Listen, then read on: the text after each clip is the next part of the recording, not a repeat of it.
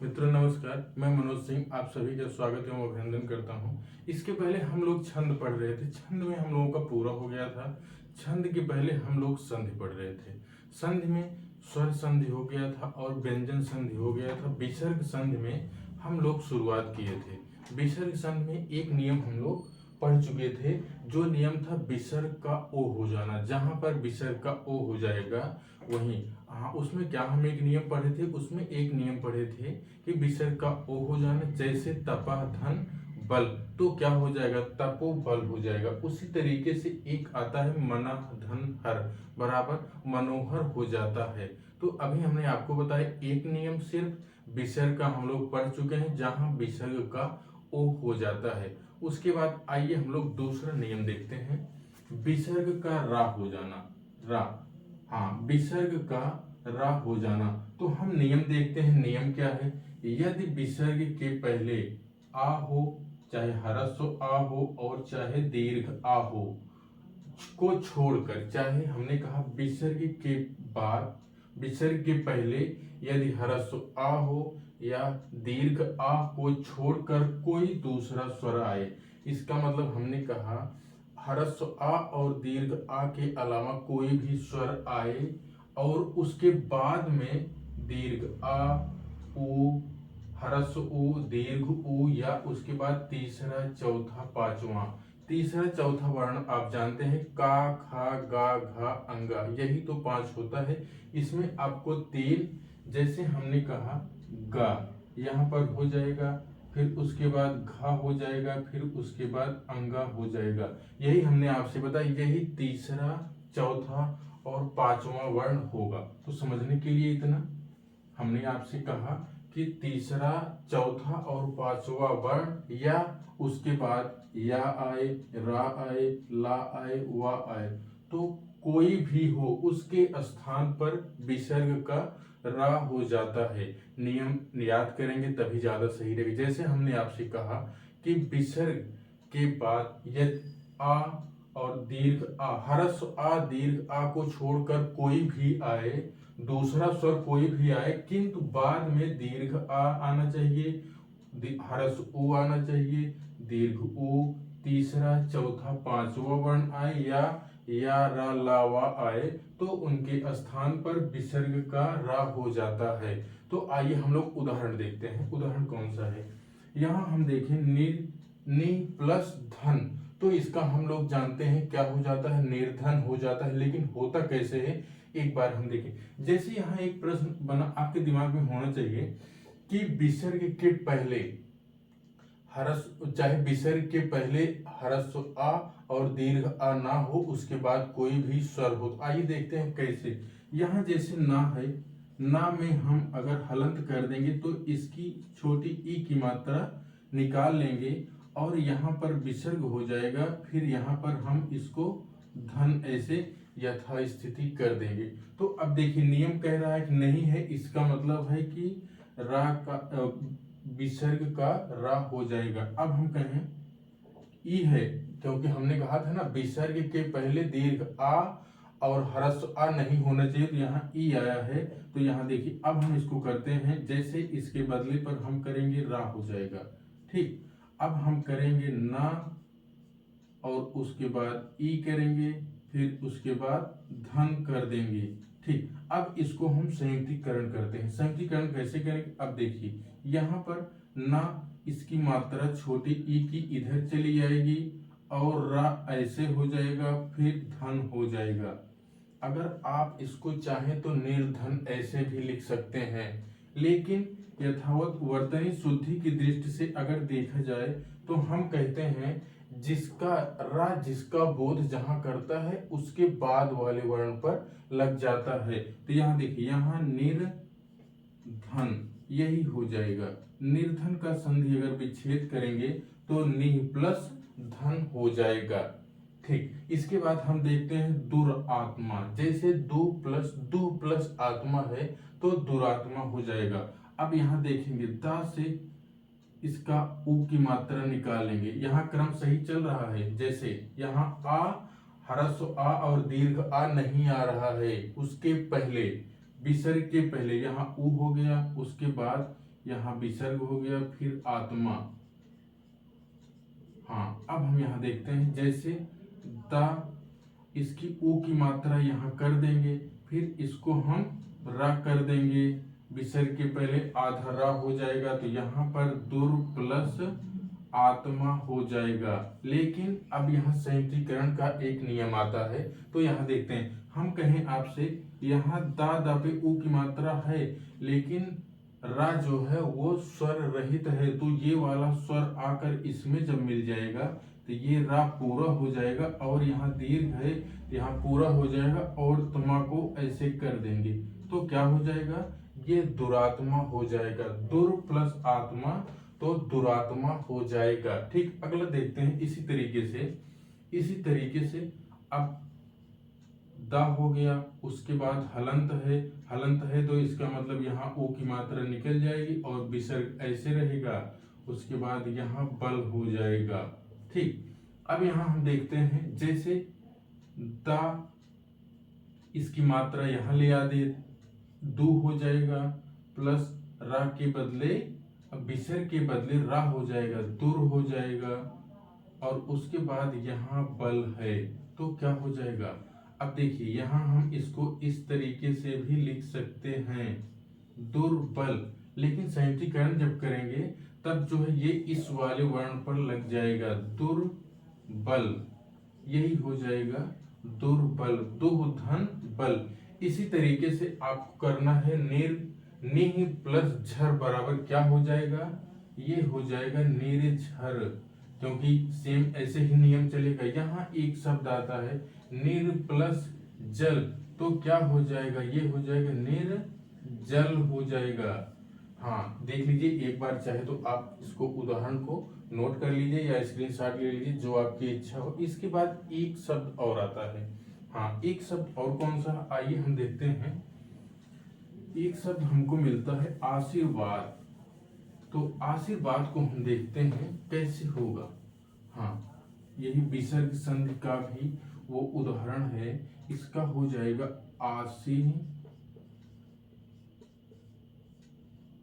Plus वाद, तो इसका हो जाएगा आशीर्वाद। आइए हम देखते हैं कैसे होगा आशीर्वाद का।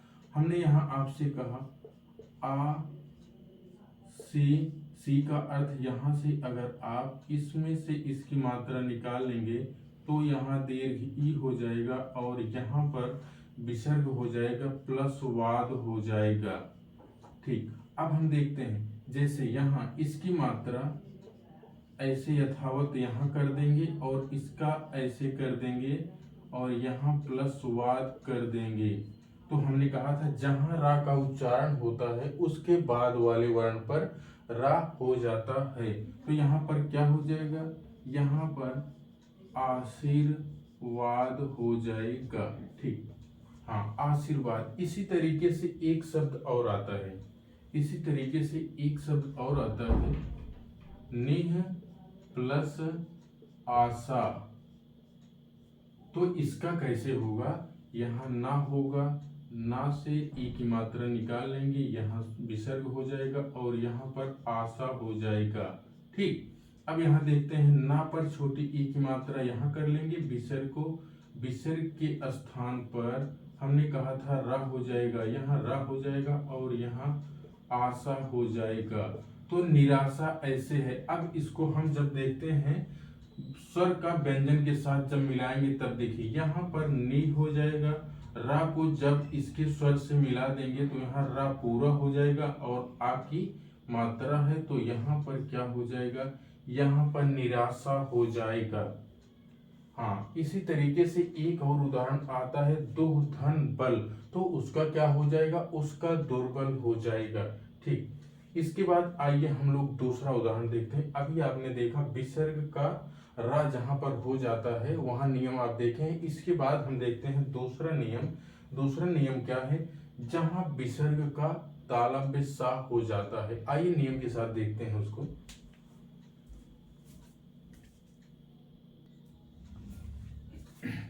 हाँ, आइए मित्रों हम लोग देखते हैं दूसरा नियम है, विसर्ग का जहां पर तालव्य सा हो जाता है, आधा स्वर रहित ही आधा सा यहाँ पर होगा।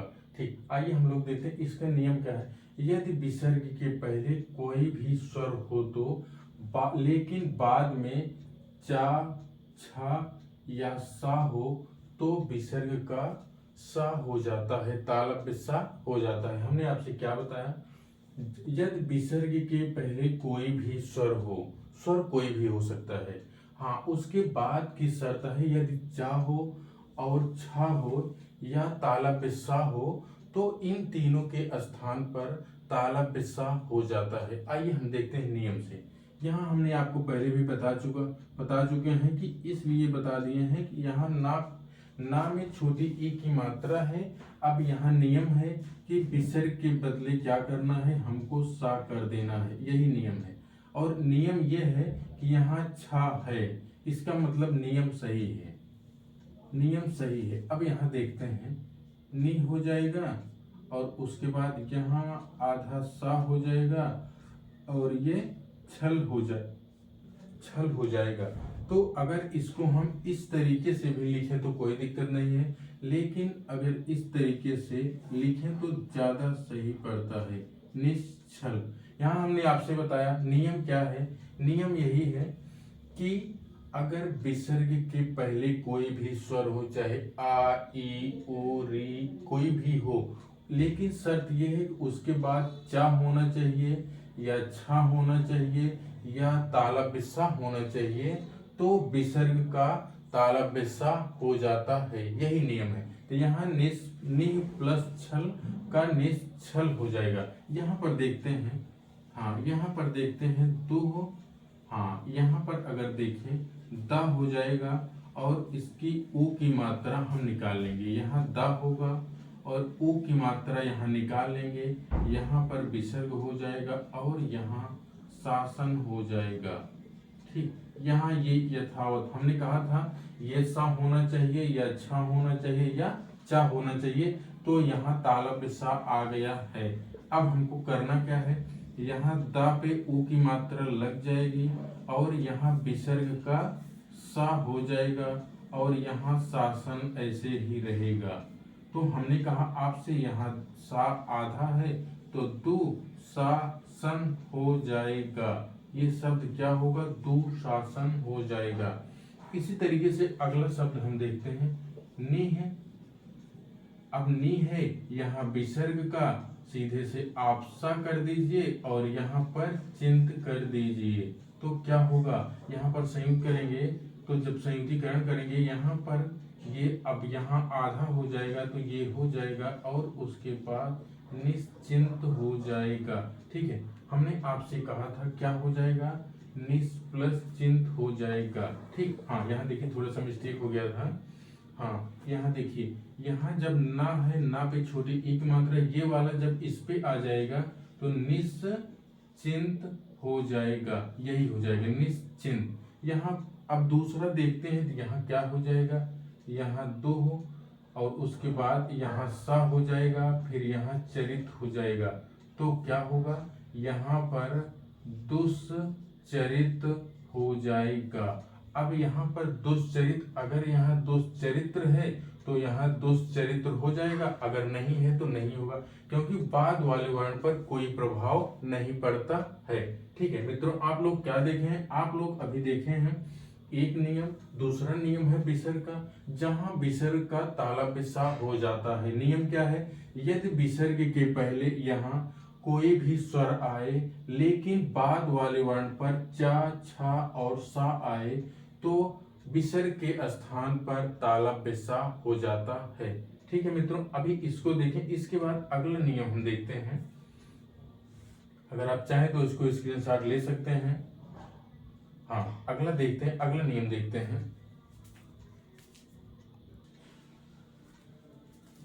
हाँ, आइए मित्रों अगला नियम देखते हैं। हम आपसे कहें जैसे विसर्ग का मूर्धन्य सा हो जाता है। हाँ, अगला नियम है विसर्ग का मूर्धन्य सा हो जाता है। तो यहाँ देखते हैं, यदि विसर्ग के पहले ई आए या ऊ आए और बाद में का, खा, टा, ठा, पा, फा में से कोई वर्ण आए तो इसका मूर्धन बेसर्ग का मूर्धन सा हो जाता है। हमने आपसे क्या बताया? हमने आपसे बताया यदि विसर्ग के पहले ई आए या ऊ आए और बाद वाले वर्ण पर का आए, खा आए, टा आए, ठा आए, पा और फा आए, उसके विसर्ग के स्थान पर मूर्धन्य सा हो जाता है। तो आइए हम लोग उदाहरण देखते हैं। यहाँ नियम है और यहाँ उदाहरण है। ठीक, हमने आपसे बताया निधन कपट, तो यहाँ पर ना में अब देखिए हमने कहा था ई और ऊ आना चाहिए विसर्ग के पहले। विसर्ग के पहले ना, यहाँ ई की मात्रा हो गई और यहाँ विसर्ग हो गया, यहाँ कपट हो गया। ठीक, अब यहाँ हम देखते हैं ना और ई और विसर्ग का हम क्या करेंगे, मूर्धन्य सा कर देंगे और यहाँ कपट हो जाएगा।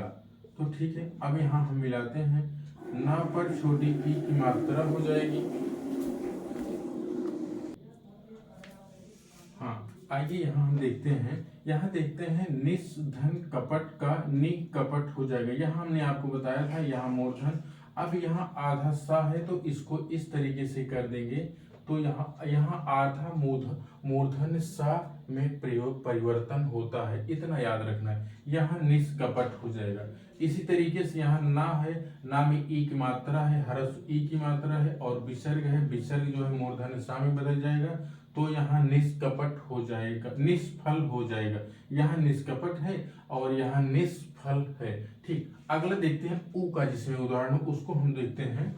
यहाँ धा है, ना में ऊ की मात्रा है तो ऊ को अलग कर लेंगे, यहाँ पर ये आधा हो जाएगा और इसके बाद विसर्ग भी टंकार, तो यहाँ करेंगे ऊ की मात्रा आ जाएगी यहाँ पर, फिर आधा मूर्धन्य सा हो जाएगा स्वर रहित, तो इसके बाद यहाँ टंकार करेंगे तो धनुष टंकार हो जाएगा। इसी तरीके से देखते हैं यहाँ निस, अब यहाँ हो गया मूर्धन का आधा सा हो जाएगा और यहाँ प्राण हो जाएगा, तो क्या होगा यहाँ पर निस प्राण हो जाएगा।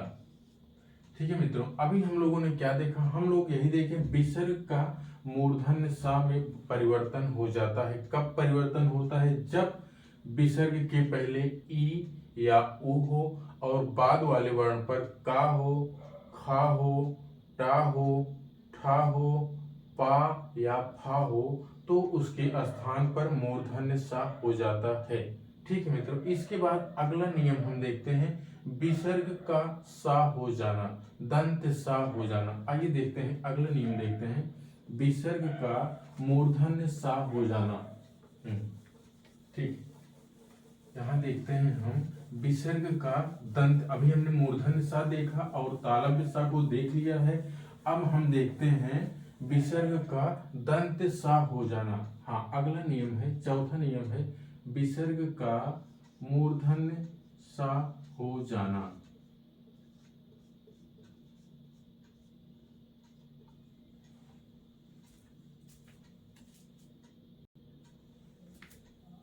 हाँ, आइए मित्रों हम लोग देखते हैं अगला नियम, विसर्ग का दंत सा हो जाना। यहाँ हम देखते हैं विसर्ग के बाद यदि ता आए या था आए या दंत सा आए तो तीनों के स्थान पर दंत सा हो जाता है। हमने आपसे कहा विसर्ग के बाद यदि ता आए या था आए या सा आए तो तीनों के स्थान पर दंत सा हो जाता है। ठीक है, आइए हम लोग देखते हैं, यहाँ ना है, ना में ई की मात्रा लगी है और यहाँ विसर्ग है, फिर यहाँ तेज है, तो क्या हो गया, नि प्लस तेज को हम करेंगे अगर, यहाँ विसर्ग का परिवर्तन हो जाएगा दंत सा में, उसके बाद ना ये मात्रा यहाँ चली जाएगी तो ये वर्ण पूरा हो जाएगा, यहाँ पर ऐसे होगा और यहाँ तेज हो जाएगा। तो हमको क्या करना है, अब संयुक्तिकरण करना है, निस, अब यहाँ आधा सा है तो आधा सा रहेगा और यहाँ तेज हो जाएगा। तो हमने आपसे बताया निह प्लस तेज का क्या होगा, निस्तेज हो जाएगा। ठीक है, इसी तरीके से एक प्रमुख उदाहरण जो कई बार पूछा गया है, नमः धन, हाँ नमः धन ते, तो हम देखते हैं यहाँ नम हो गया और इसका जो है दंत सा हो गया और यहाँ ते हो गया। अब हम देखते हैं इसको अगर शुद्ध रूप से देखा जाए तो हम इस तरीके से देख सकते हैं, नमः प्लस ते बराबर नमस्ते। इसी तरीके से हम यहाँ देखते हैं मना और उसके बाद विसर्ग का सा हो जाएगा, ऐसे कर देंगे। और ताप यहाँ आधा है तो आप इस तरीके से भी लिखते, मनस्ताप, इस तरीके से भी लिख सकते हैं। आप तोड़ना यहाँ तो समझ गए, संध में जितना आप तोड़ लेंगे उतना ही आपको समझ में आएगा। जैसे यहाँ अभी आ है, यहाँ इसके पहले अगर देखा जाए तो आ है, और उसके बाद यहाँ देखा जाए यहाँ आ है, इसके बाद यहाँ हर, इसके विसर्ग के पहले ना में देखा जाए तो ई है, ये आपको जानना होगा। यहाँ दा में जैसे ऊ है, तो ठीक है, देखते हैं हम दो, और उसके बाद यहाँ आधा ऐसे सा हो गया, फिर यहाँ साहस हो गया, दुस्साहस। तो हम इसको इस तरीके से भी लिख सकते हैं, दुस्साहस। हाँ, अभी हमने अगला नियम आपको क्या बताया, हमने आपको बताया जहां विसर्ग का दंत सा हो जाता है वहां पर नियम क्या है, विसर्ग के बाद यदि ता आए या था आए या सा आए, दंत सा आए, तो तीनों के स्थान पर दंत सा हो जाता है। उदाहरण स्वरूप हम देखें, नि प्लस तेज बराबर निस्तेज हो जाएगा, नमा धन ते बराबर नमस्ते हो जाएगा, मना धन ताप बराबर मनस्ताप हो जाएगा, दो प्लस साहस बराबर दो साहस हो जाएगा। ठीक है, आइए एक शब्द और देखते हैं। इसके बाद हम लोग देखते हैं एक ऐसी जगह होती है जहां विसर्ग का लोप हो जाता है। ठीक है, आइए हम आपको बताते हैं जहां विसर्ग का लोप हो जाता है। अब देखते हैं विसर्ग का लोप कैसे होता है। हाँ, जैसे हमने आपसे कहा, एक अगला नियम है विसर्ग का लोप हो जाना। हाँ, हमने आपसे बताया विसर्ग का लोप हो जाना, लोप हो जाना। अब इसमें हम देखते हैं इसका नियम क्या है। इसका नियम यह है, हाँ आइए मित्रों, हम लोग देखते हैं विसर्ग का लोप, कहां पर विसर्ग का लोप हो जाता है। एक चीज आप लोग पता नहीं जानते होंगे, इसके पहले नहीं, हमको पूर्ण विश्वास है जानते होंगे।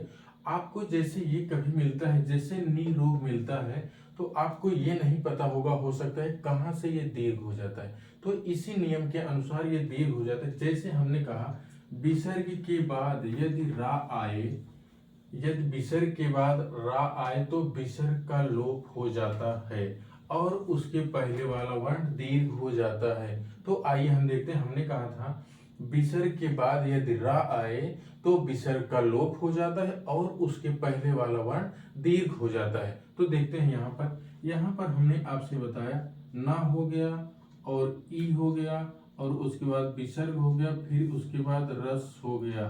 तब क्या कहता है, ये कहता है कि अगर विसर्ग के बाद रा है तो विसर्ग का लोप हो जाता है, यहाँ इसका लोप हो जाएगा, फिर ना पे छोटे ई की मात्रा बचेगा और यहाँ लोप हो जाएगा, तो नीरस बचेगा। लेकिन और एक नियम क्या कहता है, ये कहता है यदि विसर्ग का लोप होगा तो इसके पहले वाली मात्रा जो होगी वो दीर्घ हो जाएगी। तो यहाँ पर क्या होगा, जब दीर्घ होगा तो यहाँ पर नीरस हो जाएगा। हाँ, अगला इसी तरीके से हम देखते हैं निरोग। हाँ, ना है, ना में ई की मात्रा है, यहाँ हरस हो जाएगा। हाँ, ना में ई की छोटी हरस ई की मात्रा, उसके बाद विसर्ग, फिर इसके बाद यहाँ पर रोग हो जाएगा। तो हमको क्या करना है, हमको यहाँ पर जैसे इसका लोप कर देंगे, इसका लोप हो जाएगा और यहाँ पर ये मात्रा दीर्घ हो जाएगी और यहाँ रोग हो जाएगा। तो हम क्या करेंगे, अब देखिए ना पर दीर्घ ई का परिवर्तन हो गया है तो यहाँ पर नी रोग हो जाएगा। ठीक है, हमने आपसे अगला नियम क्या बताया, हमने आपसे बताया विसर्ग का लोप हो जाता है, लेकिन कहाँ लोप होता है, जब विसर्ग के बाद यदि रा आ जाए तो विसर्ग का लोप हो जाता है, लेकिन उसके पहले वाला वर्ण जो होता है वो दीर्घ हो जाता है। ठीक, अगला एक और नियम देखते हैं, नमा एवं पूरह का विसर्ग का सा हो जाता है। अगला नियम देखते हैं। हाँ, अगला नियम हम देखते हैं। हाँ, अगला नियम क्या है हम लोग देखें। अगला नियम है नियम नंबर 6, हमको लगता है नमः और पुरः, नमः और पुरः, नमः और पुरः में विसर्ग का सा हो जाता है, पुरः में विसर्ग का दंत सा हो जाता है, हमने आपको नियम क्या बताया? हमने आपसे बताया नमः और पुरः में विसर्ग का क्या हो जाता है? विसर्ग का सा हो जाता है। हाँ, नियम देखते हैं। हाँ, आइए हम लोग देख रहे हैं, नमः एवं पुरः विसर्ग का मेल यदि का या पा से हो तो विसर्ग का सा हो जाता है, दंत सा हो जाता है। हमने आपसे क्या बताया? हमने बताया नमः एवं पुरः विसर्ग का मेल, यदि यहाँ विसर्ग का मेल कि विसर्ग के बाद यदि का या पा आए तो उसका सा दंत सा हो जाता है। ठीक है, यहाँ हम देखते हैं नमः, अब यहाँ पर और उसके बाद कार है, ये तो लिखा ही गया है। यहाँ देखिए, यहाँ नमः, उसके बाद अब इसका सा कर देंगे और कार को जोड़ देंगे तो क्या हो जाएगा? यहाँ पर नमस्कार हो जाएगा। इसके पहले तो आप जानते हैं कहाँ से शब्द तोड़ा गया है, पता है आपको। ठीक है, इसी तरीके से हम कहेंगे पूरा, पूर्व, और उसके बाद विसर्ग का परिवर्तन करेंगे तो आधा सा हो जाएगा और ये कार आकर जुड़ जाएगा तो ये क्या हो जाएगा? ये पुरस्कार हो जाएगा। हाँ मित्रों, आइए, हमने आपसे कहा नमः और पुरः में विसर्ग का दंत सा हो जाता है। किस लिए हो जाता है? क्योंकि यहाँ पर इसके अंत में का है, जैसे विसर्ग के बाद का है और यहाँ पर भी का है। हमने कहा का और पा आए तो उनके विसर्ग के बदले पर दंत सा हो जाता है। ठीक है, अगला एक नियम हम देखते हैं, छ से संबंधित नियम। आइए उसको भी देख लेते हैं।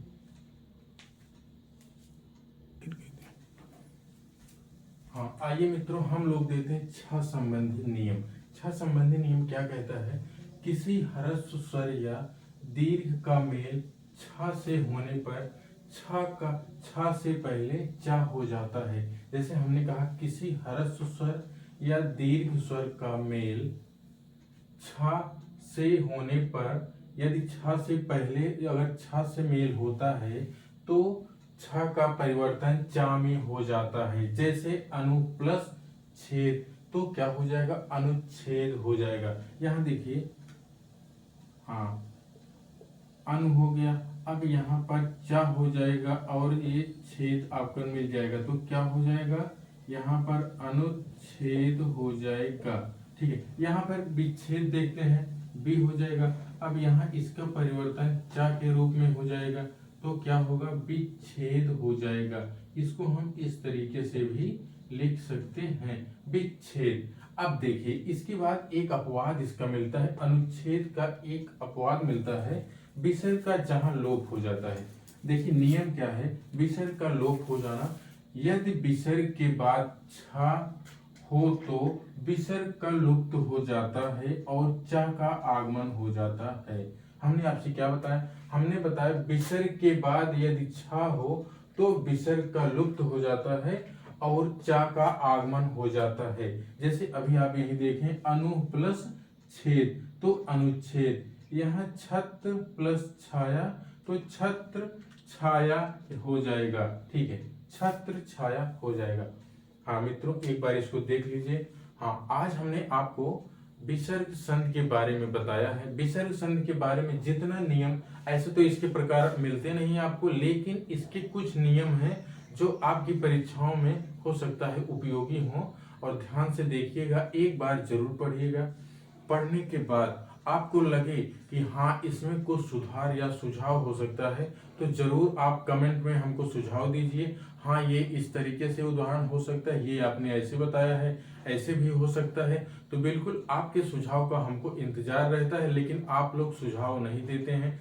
सुझाव जरूर दिया करिए। अच्छा है तो अच्छा सुझाव दीजिए, अगर आपको कुछ त्रुटि लग रही है तो उसका भी सुझाव हमको दीजिए, क्योंकि अगर आप हमारी कमियां हमको बताएंगे नहीं तो हम जानेंगे कैसे और इसमें कैसे सुधार करेंगे, आपको और अच्छे ढंग से कैसे समझा पाएंगे। मित्रों, विश्वास है आप लोगों को ये क्लास बहुत अच्छी लगी होगी। ठीक है, आप लोग इसको देखिए, देखने के बाद समझिए। हाँ, एक निवेदन है आप लोगों से, चैनल को जरूर सब्सक्राइब कर लीजिए, लाइक भी कर दिया करिए, इसमें कोई पैसा थोड़ी लग रहा है। आप सब्सक्राइब कर दीजिए और लाइक कर दीजिए। अगर आपको अच्छी बातें यहाँ मिल रही हैं तो लाइक और सब्सक्राइब में आपका कोई कुछ नहीं जा रहा है, बस मिनट का काम है। आप सब्सक्राइब भी कर सकते हैं, लाइक भी कर सकते हैं। अगर आपको किसी चीज में कोई समस्या है तो कमेंट करके हमको बता सकते हैं। ठीक है मित्रों, नमस्कार। कल फिर आपसे हम मिलते हैं। नमस्कार।